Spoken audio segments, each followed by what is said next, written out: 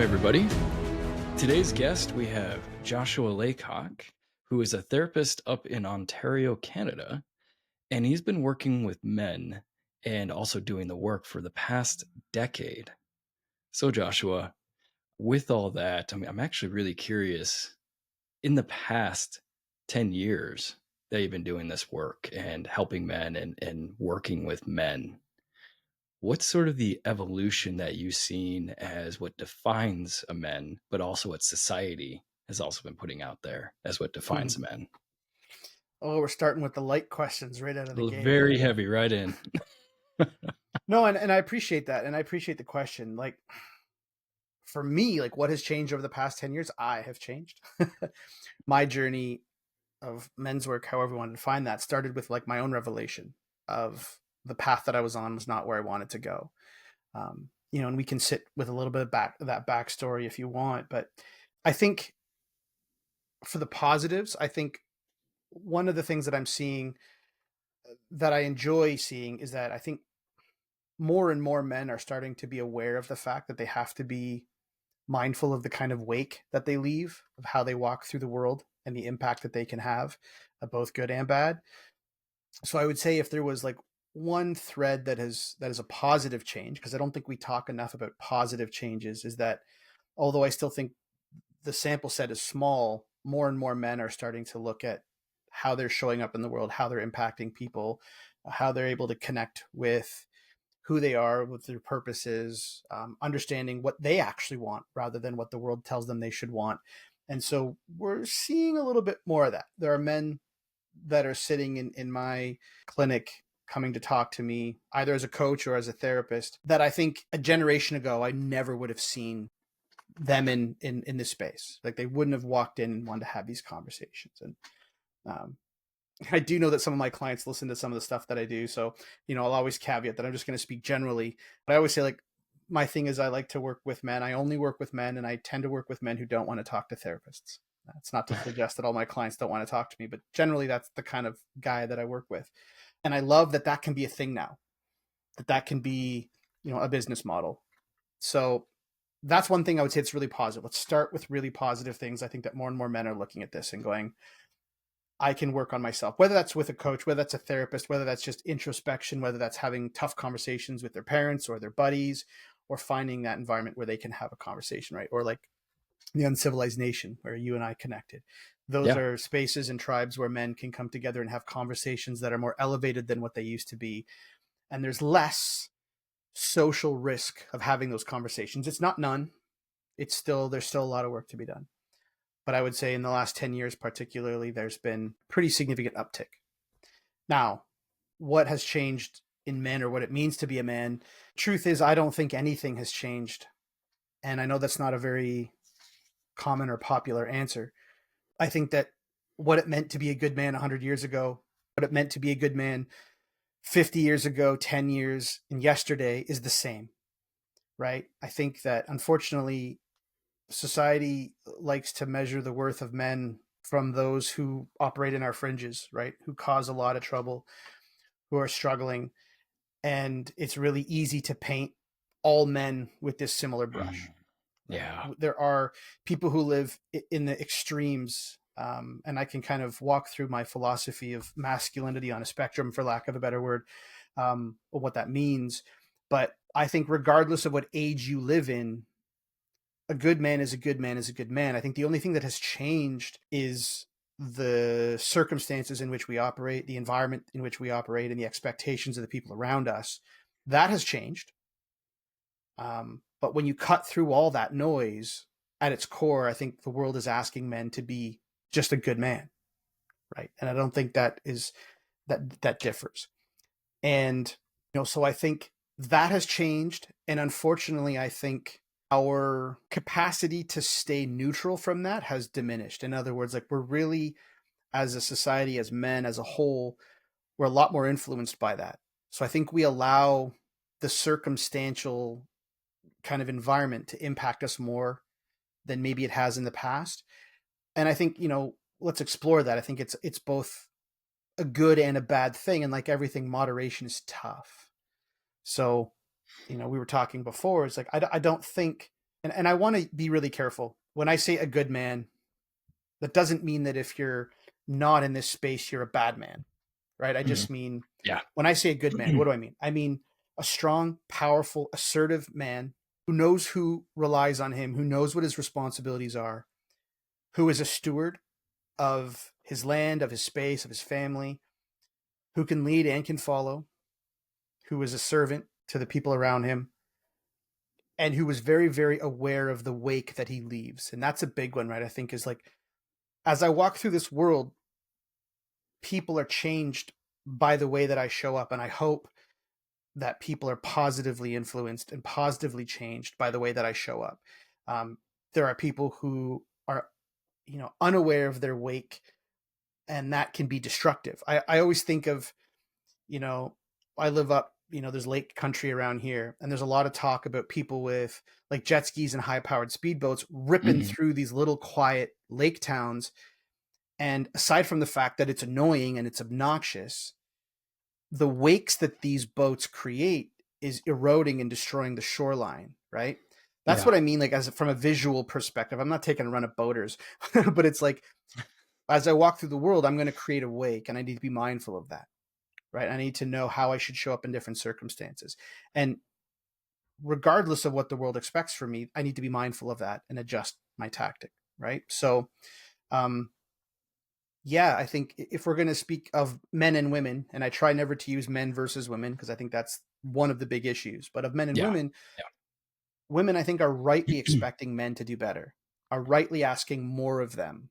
And we can play on this concept a bit if you'd like as well. But I think some of the men are struggling with, I think, quite frankly, we could get away with some shit in the past, and yes, we could say maybe a lot of these systems were established by men or some men, fine, beyond the scope of this conversation, but like, rightly so, women have a lot more power in the world right now than they used to. And that includes in finding a mate, in being able to be more independent. And I think not that Mhm. long ago, Mhm. women, quote unquote, needed a man.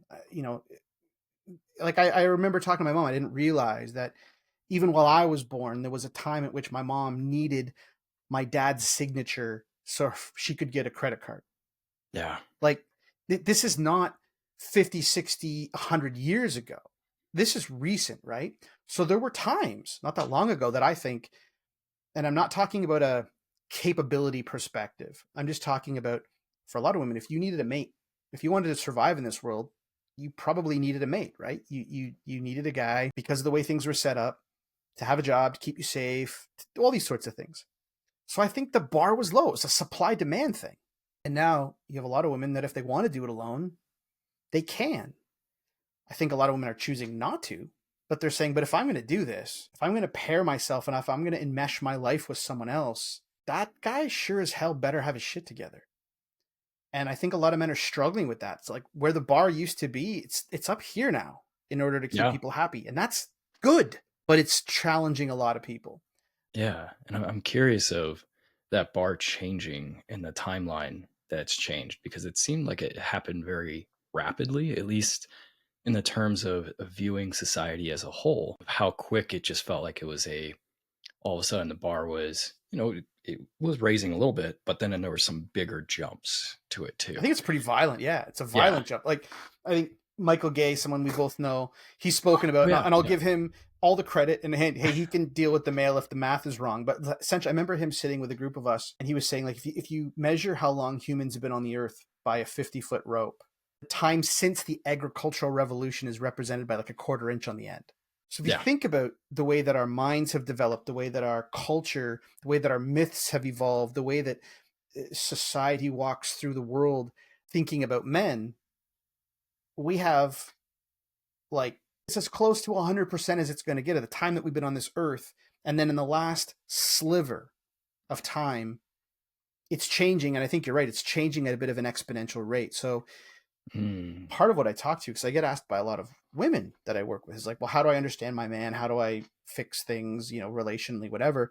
And one of the things that I say is, because I think everybody needs to take responsibility. I think men need to take responsibility, but so do the women. So everybody needs to take their Yeah. part of the responsibility. It's like, try a little bit to understand him. try a little bit to Mm, understand yeah. what has happened to our role in the world in a very, very short period of time. And that's not to excuse bad behavior. It's certainly never an excuse for things like abuse or violence, No. but we should try to understand it and recognize, as much as the world wants men to meet women where they are, I would also like to see women try to meet men where they are. And if nothing else, to get a bit of a glimpse of what's going on in their world. But you're right. I mean, the environment, the volatility, I think from a financial markets perspective, like the volatility that we're seeing is wild. Yeah. And we pendulum back to these extremes, right? So like maybe as a framework, there's sort of masculine and feminine, or as we talk about in the nation, like the primal and the divine.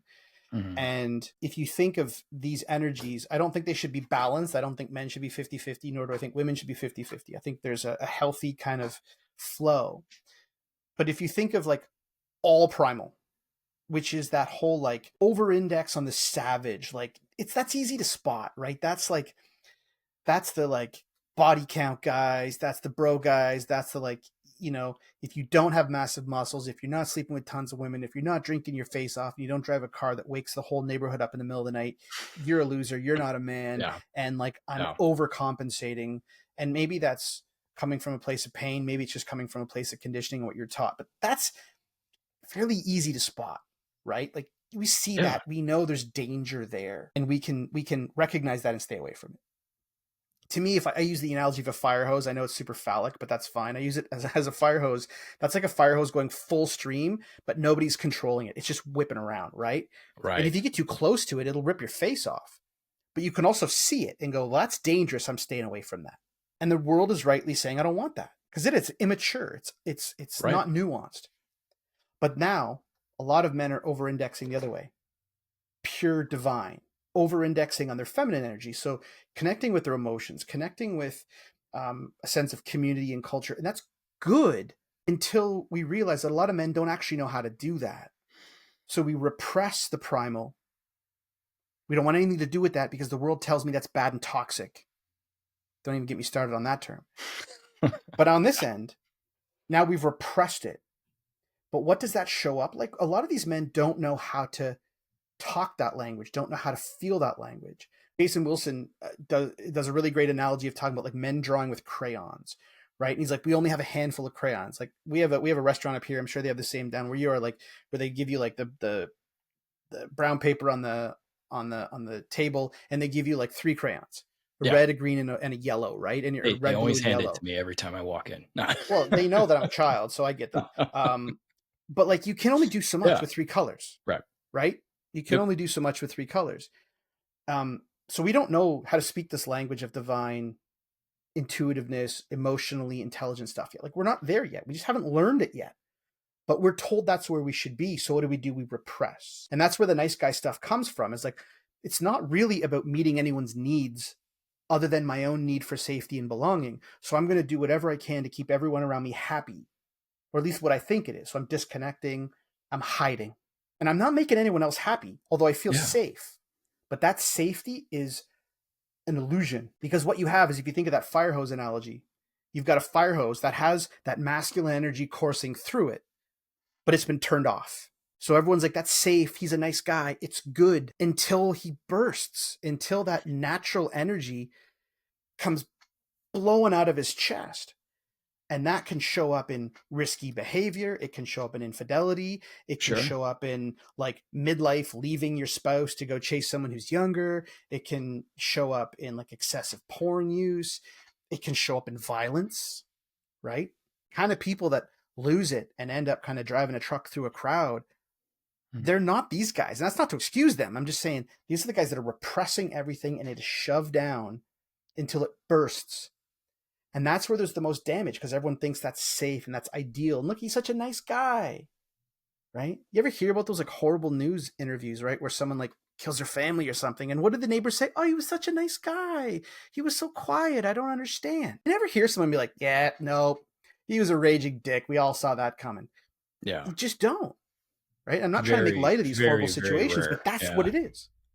So I think what we have to do is we have to kind of find the strength to come to the middle ground, right? And that's the picture of the powerful, strong, like firefighter who's controlling Mm. that, who knows when to let fly, but where to aim it, who knows when to turn it off, who knows how to throw, like who is in control of that. And more of us need to work on being in control of who we are and what we bring to the table for good, rather than sitting at these extremes. So that's when I think of the spectrum of Yeah. masculinity. That's what I mean by that is, you know, Yeah. there, we've swung so hard. So I think one of the challenges, right, is as the world is saying, this is so unacceptable and we're losing the ability to do nuance, a lot of guys trying to be good men, trying to over-index to this end of niceness, of subdued, Mm. placated, and they're like neutering themselves. A thought comes up, especially when you were talking about the reasons, or just thinking about reasons, I should say, of these swings and also men moving towards that divine from the primal side. Reasons, and I'm curious, is what's being driven is the message of what it takes. And I'm curious of your thoughts on this, by the way, what it takes to find a mate.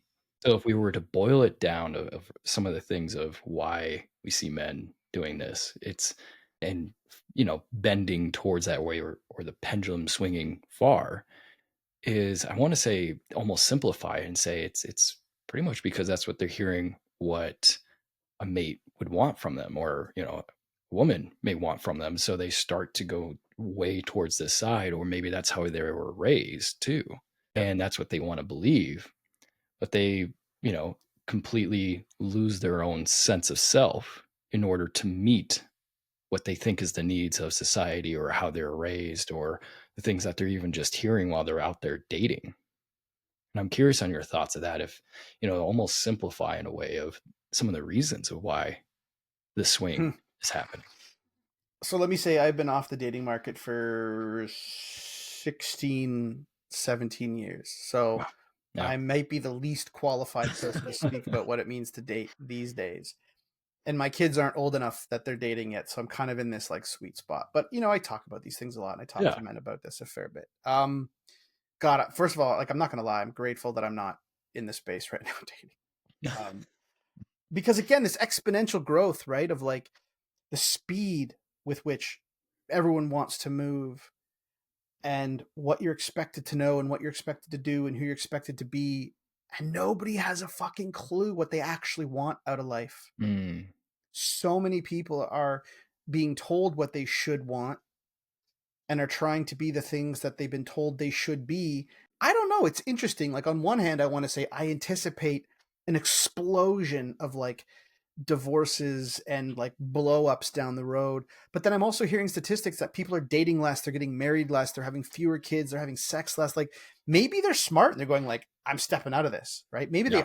maybe they're smarter than me and they're like, I'm sensing that this is just a mess. I'm going to stay out of it. So I think the obvious one for me is that like we have, as a society, gone way off the deep end into worshiping capitalism and worshiping consumerism.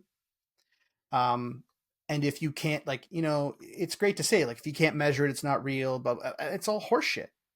Um, in moments, like if you're trying to get really fit and you want to have very specific goals, fine, you measure those things. But when it comes to things like love and connection and relationships and this concept of like intertwining your body and your soul with someone forever, like, thank God you can't reduce that to a spreadsheet, but I think we're trying to. Yeah. And from what Yep. I'm hearing about dating apps and stuff like this, it's like, you know, we've reduced the human experience to spreadsheets, And to check tick boxes. boxes. Yeah. And unfortunately, it's like looking at at a plane and being like, well, that's all I see, and then not realizing that there's all this other stuff if you can shift, right? Yeah. And I think there's a natural kind of, I think it's probably flows from a natural concern. Like, again, as a society, we're very polarized. Everything's versus, right? And everything is so starkly contrasted that if you're going to be in a relationship, yeah, there's some things you're going to want to know about them, right? Like, I'm guessing as a Canadian, I'm sitting back and observing carefully what's going on in your country, but like, I'm guessing there aren't a lot of Democrats lining up to date Republicans right now. I would guess, like, I would think you'd probably want to know that before you Yeah. go in, or I would like, say that's a are pretty you this or are you that? Or accurate. less politically, like, do you want children or not, right? Or do you want to go to church or not? Or like, do you want to live in a condo downtown, or are you like a homestead kind? Like, these are things that I think are super important. And I think that we all need to do a better job of being very eyes open in the mates that we select, right? And that's why a lot of the work that I do with guys is helping them kind of come to some realizations about what kind of a mate do they really want, beyond Mhm. sort of the measurements that a lot of guys just kind of covet. Yeah. Um, and I think I'm making big generalizations, but for a lot of men, they're physical things, right? How big's the butt? How little's the waist? How big's the boobs? Kind of stuff. That's easy to measure. And I think inversely for a lot of women, like the easy to measure stuff is like, how tall are you? How much money do you make? What do you look like?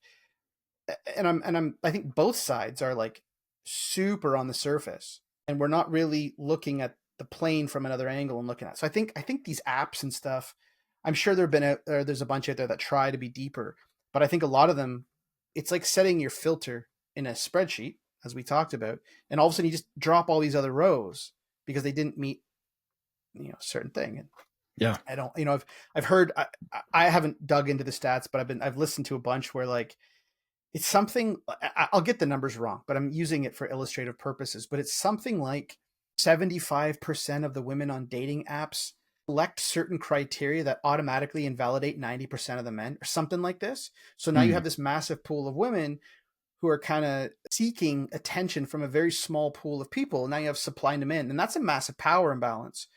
And I don't want to go deep on this. If people are interested, Scott Galloway does a lot of really good Mm. discussion on this. He talks a lot about this. He's got the stats, and he's spot on. I mean, I'm more of like a storyteller, esoteric kind of guy, but Scott talks about these stats, and essentially, we're running into this situation where, like, let's say you're the only guy at a party, and there's 50 women who all want you for something, whether that's like from sex all the way up to like marry me and have a family.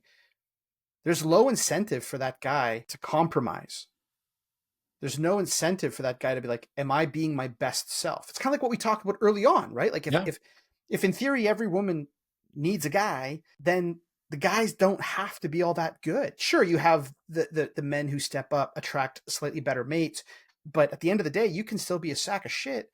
And there's going to be someone out there who's going to be like, well, I'm kind of stuck. I need someone.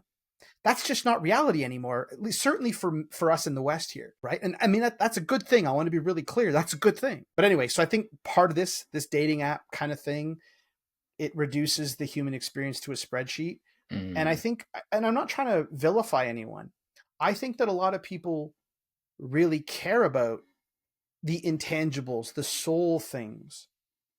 But when you have an app that filters out so many people based on these criteria, you have this disproportionate amount of mates, both men and women, who are left on the sidelines who have something incredible to offer, but they're not even getting looked at because they didn't meet this like entrance criteria. And like, it breaks my heart Yeah. that's the case, right? So I think that's one of the big issues is we've technology is, it's a mess. Like, I'm grateful we have these conversations, and Yeah. but I'm in the phase of my life where I'm stripping as much tech away from my world as I can. And I think that when tech, however we want to call it, AI algorithms and everything in between, AI or algorithms or everything in between, when that starts to make relational decisions for us, I think we're in trouble, because it's moving so far out of sync. So I don't know if that actually answered your question specifically, but I think that's one of the real issues. First of all, is getting through that gatekeep. And I think we're just, we're not even, it's like someone who refuses to try any other food, but then complains that the thing they eat every single day sucks. Yeah. It's like, well, there's 800,000 different types of food out there. Try something new.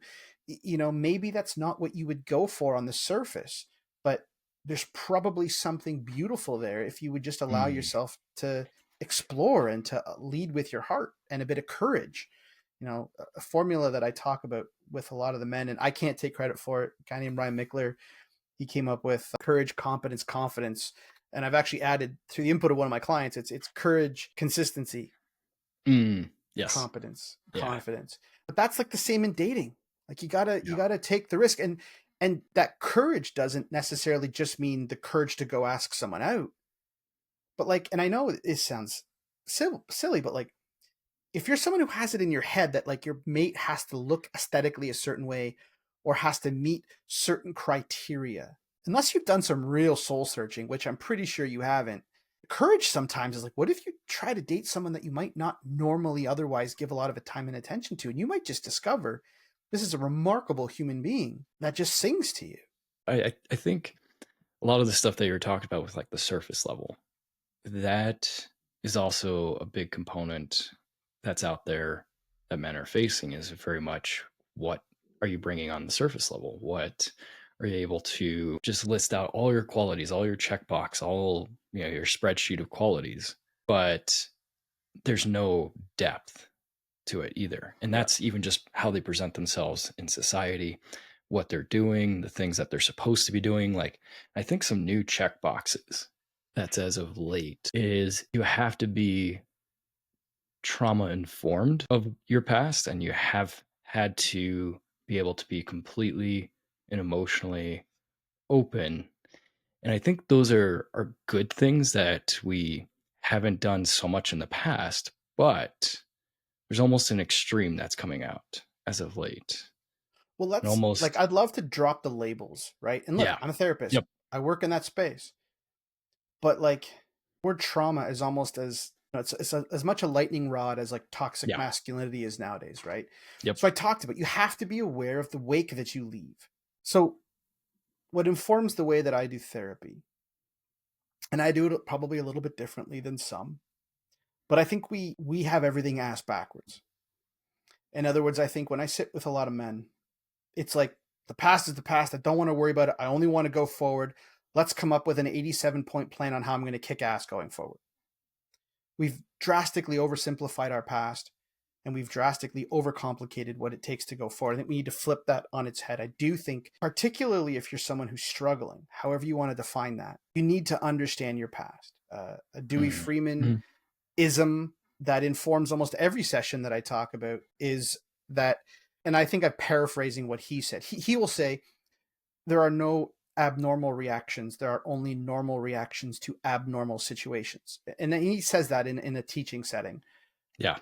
What I've evolved that from is like everyone is exactly as they ought to be and where they ought to be, given the life they've lived, the circumstances that they've experienced, and the relationships that they've been a part of, good, bad, or otherwise.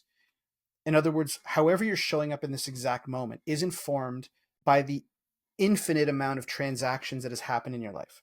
And you are exactly where you need to be. And I don't mean that that's a good thing or that you should accept your fate. It sure as hell doesn't mean that that's what your future needs to look like. But if you're someone, let's say, that has a hard time connecting with humans, and I'm going to try to avoid labels like insecure Mhm. attachment and stuff because I think it's been overblown. They're all real, but I think it doesn't resonate with people. I don't want to like turn this into like something clinical, right? But if you're someone who's like struggling to connect and you find that anytime someone gets close to you, you push them away, well, you should, I think, find out why that might be the case and understand. I can almost guarantee you that at one point in your life, that was a defense mechanism that kept you safe, really safe. But now it's turned into something that's actually robbing you of the thing you probably want the most. So, like, that piece of this whole process, Mhm. we have to understand that, right? We have to understand where we've come from. So, if you're someone who's experienced trauma and there's sort of like big T DSM defined trauma, Yeah. but then there's little t trauma, there's compound trauma, right? There's continuous neglect. It almost doesn't matter. Everything informs us, everything influences the way we show up in the moment. Everything. I don't care what we can label it whatever we want. Everything impacts us in some capacity, how we show up. Other things have a magnitude that influences us more aggressively and more violently and can really, really be debilitating for someone today, right? We're talking PTSD, complex PTSD. Like these are real things. And that's the problem with um, kind of using the label is that as the world uses it a lot, you start to get a lot of eye rolls about trauma. You start to get a lot of like, oh, here we go, trauma. Mhm. Well, okay. But unfortunately, what that does is that invalidates a lot of the people that have what we'll call big T trauma, where that impact from their past is so profound that it really is impacting their life in a very, very material and tragic way. And there's work that needs to be done to help. Yeah. Now, that doesn't mean if you had a dad who would, call you a girl every time you would cry, or would tell you that you're stupid, and that put a ceiling. Is that trauma? I don't know.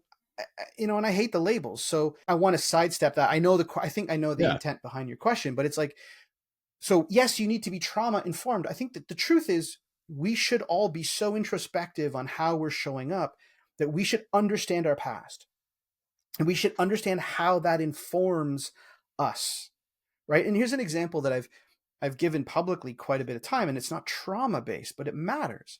I grew up in a really beautiful household. I was raised principally by my mom and my stepdad. My folks split up when I was just a little baby.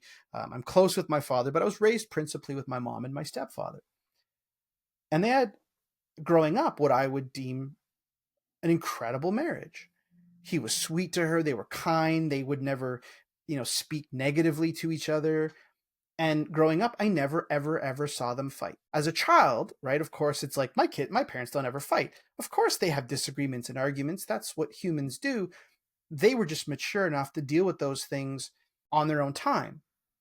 Now, that sounds very idyllic, and I had a really good upbringing. But you fast forward, I'm now married, and I'm going through a tough patch with my wife, and we're having some conflict or some disagreement. And in my mind now, it's like, well, good marriages don't have conflict. My marriage has Mhm. conflict. So does that mean that my marriage is doomed? Does that mean that this is a bad marriage? And I was utterly ill equipped to handle that. And I did what a lot of guys do. I kept my mouth shut, because if I say something, if I say what I'm feeling, in my mind, it's like, I'm going to get upset. She's going to get upset. It's going to spiral out of control. And all of a sudden I'm going to end up divorced, living under a bridge. So I kept my mouth shut because I didn't want to make it worse. But of course, things weren't going great. We went to couples therapy. We talked about it, and it was great, because for her, she's like, we get upset and you don't even care enough to say anything. You just go off and do your thing as if it doesn't bother you. And of course, that broke my heart, because it's like, Yeah. that's the furthest thing from the truth.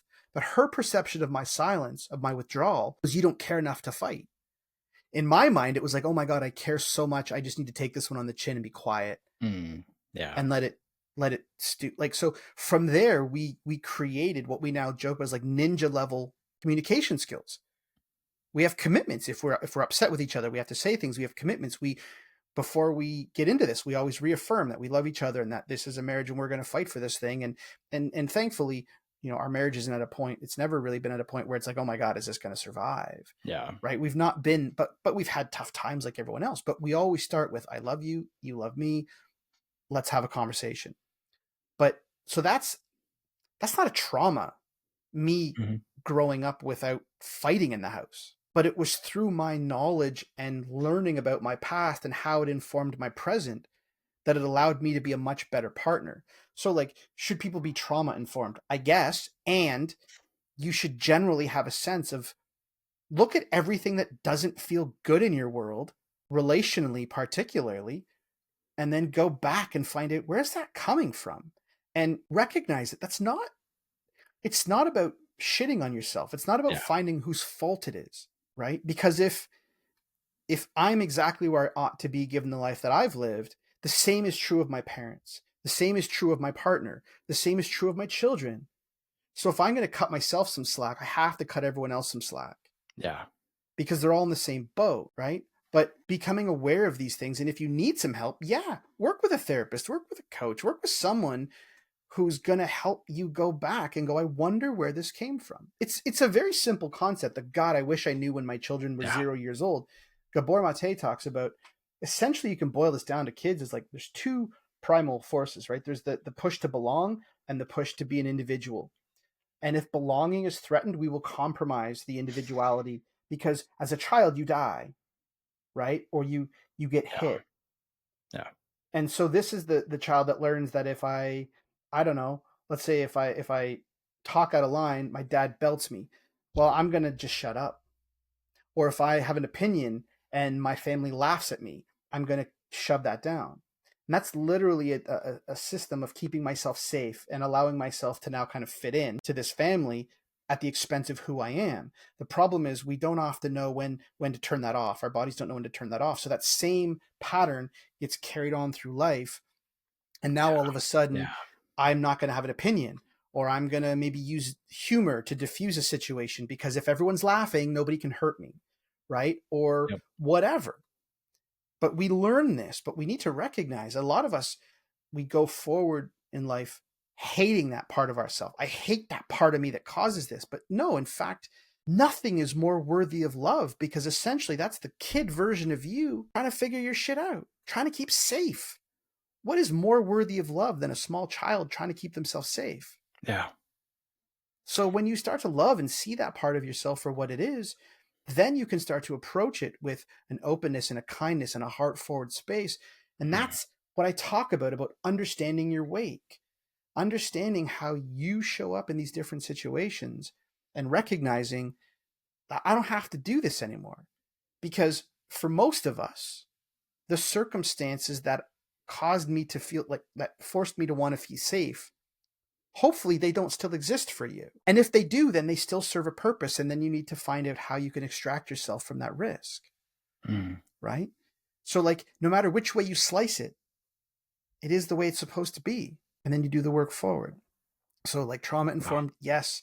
Yep. When it starts to become this label, and like, you look, I'm fortunate as a psychotherapist here in Ontario, we don't diagnose. We aren't required to diagnose for insurance purposes. That's really nice being in private practice. It's a big difference between psychotherapists in the US, right? Typically, the gate to insurance is a diagnosis. I don't diagnose. I don't want to diagnose. I'm not interested in it. And I get a lot of people that come to me and they say, like, well, I want a diagnosis. And okay, I'm not bashing diagnoses. Like, what does that offer you? It's like, why? Why do you want the diagnosis? If it informs you and helps you understand what's going on, gives you access to possibly some medication, or if it gives you access to a path forward, awesome. Yeah.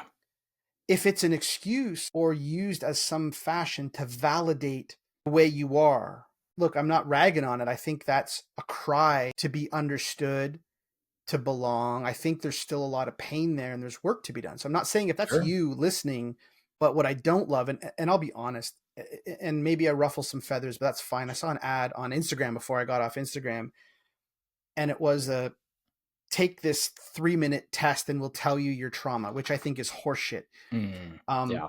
Yeah. but in the ad, they had the printout of what kind of trauma they had, and they framed it and they put it on the wall. And I'm like, that to me is abusive. Yeah. Because you're taking someone who desperately is looking for answers, who's desperate to understand why and how they're interacting in the world, and we're reducing it to put all the bad shit that happened to you and is still impacting you and put it up on a wall and be proud of it. No, understand it, synthesize it, do the work, be around people who are going to love you and be compassionate. But something I always challenge my clients with when we're a bit stuck is like, do you want to lose because of or win despite? And that's where I think, I got off on a bit of a tangent there, but that's where I really struggle with the social media and media's approach to Yeah. diagnoses and disorders and trauma. It's wickedly oversimplified it, and we've almost over indexed. Like, you can have compassion and feel love, but also want to do something about those things. So anyway, that's my take on it. But I think all of that boils down to understand your wake, understand how Yeah. you show up in the world. And if you don't like the way that you're showing up in the world, then let's do something about it, because you can. I think that was a beautiful wraparound back to the original component too. And I do want to state that you absolutely read right into where I was trying to go with not just a checkbox, not just something that we need to get into. And I remember we had a conversation, 2, 3 months ago about it. And I was hoping to bring some of those elements, which you Mm-hmm. beautifully did. So, and I think it was so important for people to hear that in these different things, because right now, as you're stating, in society, it's becoming a checkbox. but it shouldn't be treated as one. And I Well, think the way that you can I? wrap Oh, Yeah, yeah. sorry, brother. No, no, no. No, I I think have you this just idea, wrapped and it it's beautifully. like Yeah. bursting, and I'm Let's sorry, do it. I Let's do do it. this, but Yeah. like I love it. because what I think this is, because the checkbox thing, yes, Mhm. but more importantly, I think one of the big challenges that we're facing as a society is that the world is measuring what we can't do or what we Right. shouldn't do, right? And like Connor Beaton did something recently on this, and I thought it was beautiful because I often talk about this with my clients. Is like, if all you do is define who you are, but what you shouldn't do or what you can't do, you're not going to build anything epic, right? And the world is telling us what not to do, what you shouldn't do, how you should show up, or what you shouldn't do, and what kind of people you shouldn't be. And that also informs like a lot of these diagnoses. You can choose to look at them kind of one of two ways. And I'm necessarily reducing it to this. There's more care and compassion required when you're walking with someone individually therapeutically. But like Yeah. what I'm ultimately boiling down to is like you can choose to win despite or lose because of. And if you see an obstacle, this goes back to my love of stoicism. Like if you see an Mm. obstacle and all you see is an obstacle, then you're going to start counting all the ways that you can't do things. Yeah, it's hard. Do you know how long that's going to take? All the costs. It's like, I get it. But if you see these obstacles, these variables, as simply things that need to be overcome or navigated or understood to get where you want to go, then all of a sudden now you're building something affirmative. And we talked about this, I think, last time when we touched base. Like what I'm seeing is too many people whose flames have gone out, Yeah. right? These men, we Yeah. forgot to be fucking lions. We forgot that that's what we're meant to be. And, we should be this raging flame of power. But now we're maybe we're reduced to an ember. But every time you're like, yeah, but, yeah, but, yeah, but, that light goes out a little bit more and a little bit more. And this is like heavy shit. I don't mean this like just like here's a clever, illustration. It's true, right? People who are hanging on, that flame is just flickering, or it's like it's an Mm. ember.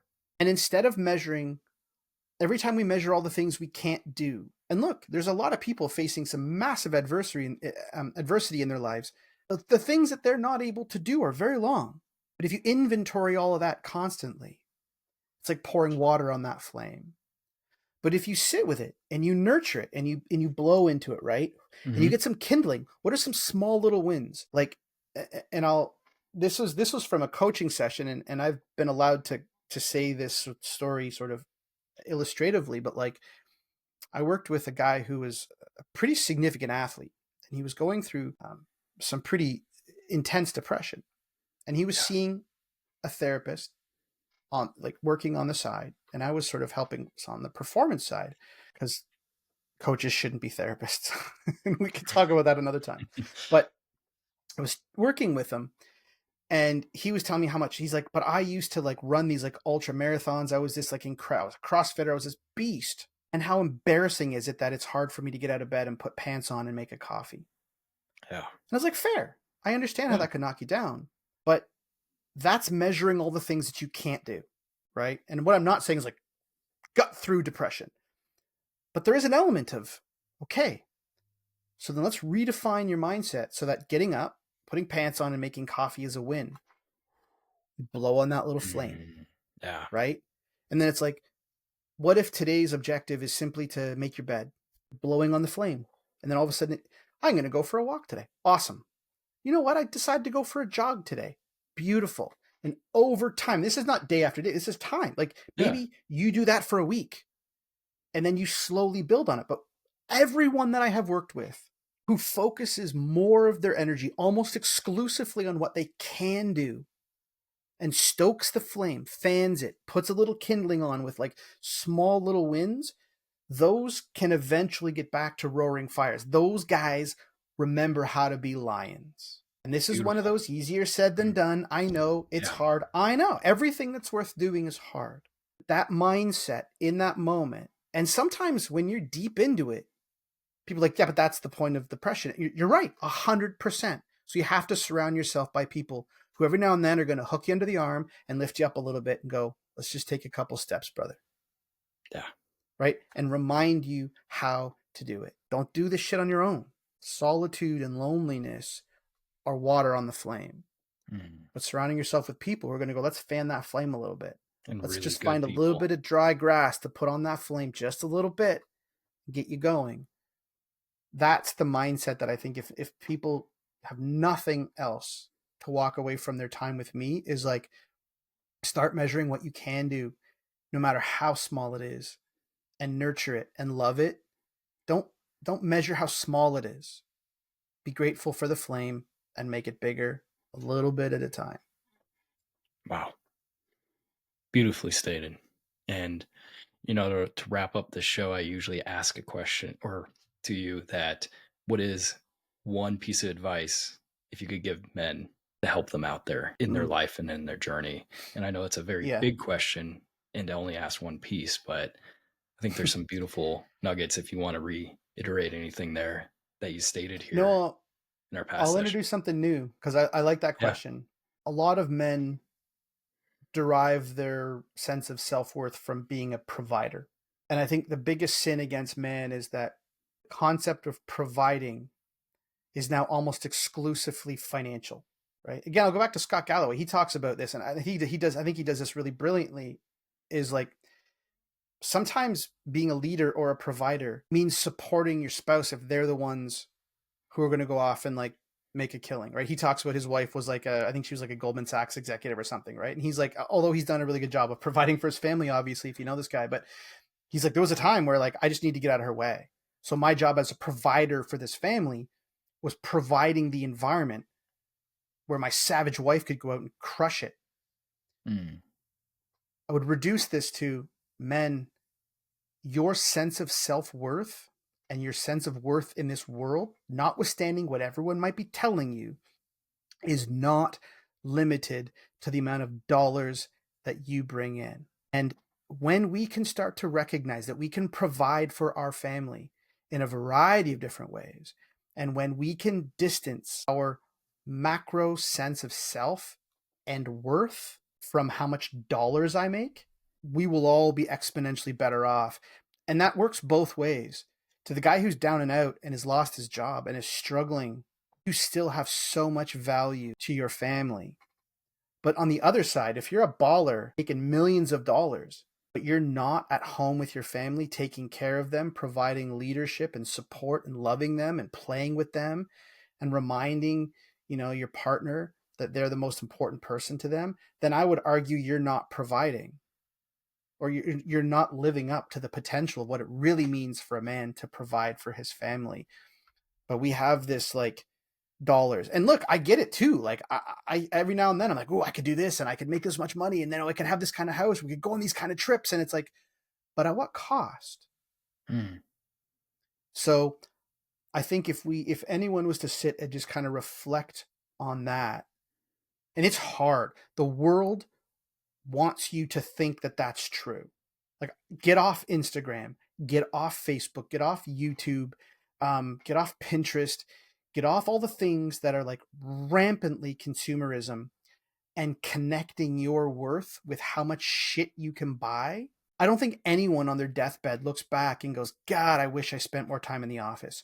I know it's cliche, but it's true, right? So that's the one thing that I would tell men, is that whenever you start to slip into, my worth is how much money I make, just like a really effective meditation, when your mind wanders, bring it back and start realizing that there's so many things that you can, and I would say ought to be doing as a man in the world of the people around you, that has nothing to do with money. Mm. Yeah, money matters, but it doesn't matter nearly as much as we think it does. And it is never worth taking your life over. Wow. Brilliant. I love it. I'm so happy to have you on today. And I just remember so many great discussions with you over the past 6 months. So I'm really happy to bring you on and have you as a guest here and just be able to share some of that wisdom. So I I really appreciate it. appreciate you. And I'm just So, repackaging wisdom that I've heard, and take it. And that's what I love yeah. podcasts, and this is why I love this medium and all the kind of work that we do in the men's groups and stuff, is like, nothing that I have said is original to me, right? Nothing that I have said is this new idea that, oh my God, here's this like birth of a new idea that no one's Mm. ever thought of. I walk the same path that countless other men have walked. Some are further ahead, some are further behind, some are laying in a gutter and I pull them out, and sometimes I trip and they pull me in. Yeah. But this is nothing new. This is just the byproduct of surrounding yourself with incredible men who slow down enough to think about what's happening in the world around them and coming up with a way of going, how do we repackage this? How do we spread this word? So I Mhm. appreciate you. I mean, for asking me, it's beautiful. I love it, but also for having the courage to put this together and spreading this out there, because everyone who hears it can now take this and synthesize it and then pass it on to someone else. And that's where that kind of exponential growth starts to happen. It's like the roots of a tree, right? The mycelial, right? You just want them to Yeah. kind of reach out and just start touching other people and nourishing everyone that way. So um, thank you for that. Well, I'm really glad to be able to tap you and be able to call you on that. So I really appreciate that. And Anytime. being one of those great men for that. So love to have you back sometime in the future here. But for now, how can men reach you? Well, I'm trickier than I used to be because I've extracted myself from social media. I would say the easiest is probably just my website, menstherapy.io. I'm a registered psychotherapist qualifying in the province of Ontario, and I'm a coach worldwide. I don't do therapy under my coaching banner, but we go through that. But that website, menstherapy.io, is a good starting point. There's a little section on my website that's like, do you need a coach? Do you need a therapist? What do you think? If you think you're looking for a coach, go here. It's probably the easiest way for me. And then I'm a coach inside Traver Boehm's Uncivilized Nation, the Man Uncivilized movement. So if you want some more access to come hear all the stuff I have to say and be around men that I look up to on a daily basis, that's probably the hottest place to start, and to check those guys out as well. Awesome. Well, thank you again, brother. Really love having you on here. So we will wrap with that.